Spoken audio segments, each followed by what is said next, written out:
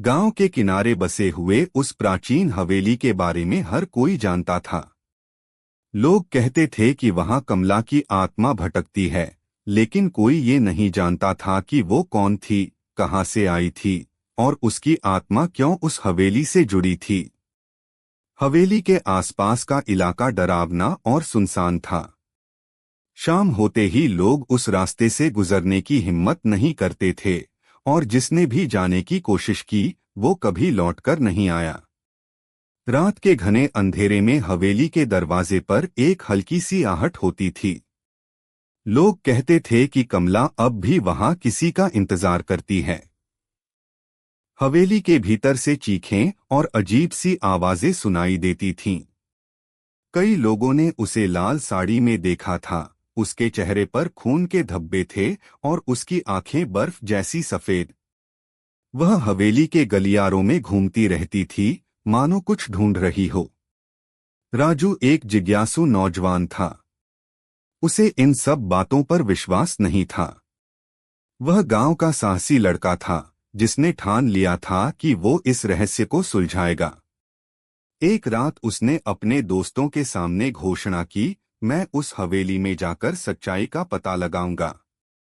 उस रात जब गांव में हर कोई सो रहा था, राजू चुपचाप हवेली की ओर निकल पड़ा। हवेली के दरवाजे पर पहुंचते ही हवा अचानक ठंडी हो गई। राजू ने एक गहरी सांस ली और दरवाजे को धक्का दिया। दरवाजा चरमराते हुए खुला और वह अंदर चला गया। हवेली के अंदर घुप अंधेरा था, बस उसकी टॉर्च की हल्की रोशनी उसके सामने का रास्ता दिखा रही थी। हवेली के अंदर पहुंचते ही उसे एक अजीब सी ठंड महसूस हुई। दीवारों पर लगे पुराने चित्र अब भी वहां थे, जिनमें से कुछ की आंखें उसे घूरती हुई प्रतीत हो रही थीं। वह धीरे धीरे हवेली के अंदर बढ़ता गया, तभी उसे एक कमरे से धीमी धीमी सिसकियों की आवाज सुनाई दी। राजू उस आवाज की दिशा में बढ़ा। उसने देखा कि हवेली के एक बड़े कमरे के कोने में एक महिला लाल साड़ी में बैठी थी। उसके लंबे बाल चेहरे पर बिखरे थे और वह सिसक रही थी। राजू ने उससे पूछा, तुम कौन हो? महिला ने सिर उठाया और उसकी सफेद आंखों ने सीधे राजू की तरफ देखा। उसकी आंखें ठंडी और खौफनाक थीं। मैं कमला हूं, उसने धीमी और घबराहट भरी आवाज में कहा। मैं यहां फंसी हुई हूं।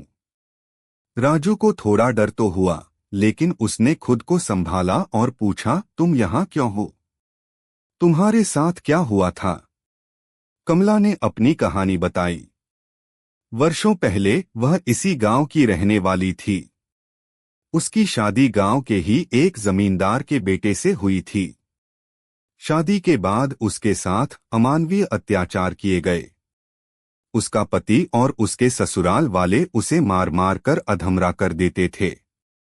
एक दिन उन्होंने उसे मारकर इस हवेली में दफना दिया, ताकि कोई उसकी सच्चाई जान न सके।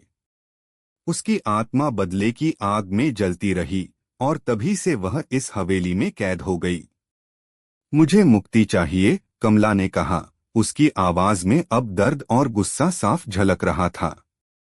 जब तक मेरे साथ न्याय नहीं होता, मैं यहां फंसी रहूंगी। राजू को अब समझ में आ चुका था कि यह सिर्फ एक आत्मा नहीं, बल्कि अन्याय का शिकार हुई महिला की आत्मा थी, जो बदले और मुक्ति की तलाश में थी। उसने कमला से वादा किया कि वह उसकी कहानी गांव वालों तक पहुंचाएगा और उन्हें उसकी सच्चाई बताएगा। राजू जैसे ही हवेली से बाहर निकला, उसे पीछे से कमला की एक आखिरी चीख सुनाई दी, मानो वह उसे रोकना चाहती हो। बाहर पहुंचकर राजू ने गांव के सभी बुजुर्गों से बात की, जिन्होंने कमला की कहानी सुनकर चुप्पी साध ली। कोई भी कमला की सच्चाई को स्वीकारने के लिए तैयार नहीं था। लेकिन राजू ने हार नहीं मानी। वह गांव के प्रमुख लोगों से मिलकर कमला की कब्र खुदवाने का निर्णय लिया। जब कमला की कब्र खोदी गई, तो एक चौंकाने वाला रहस्य सामने आया।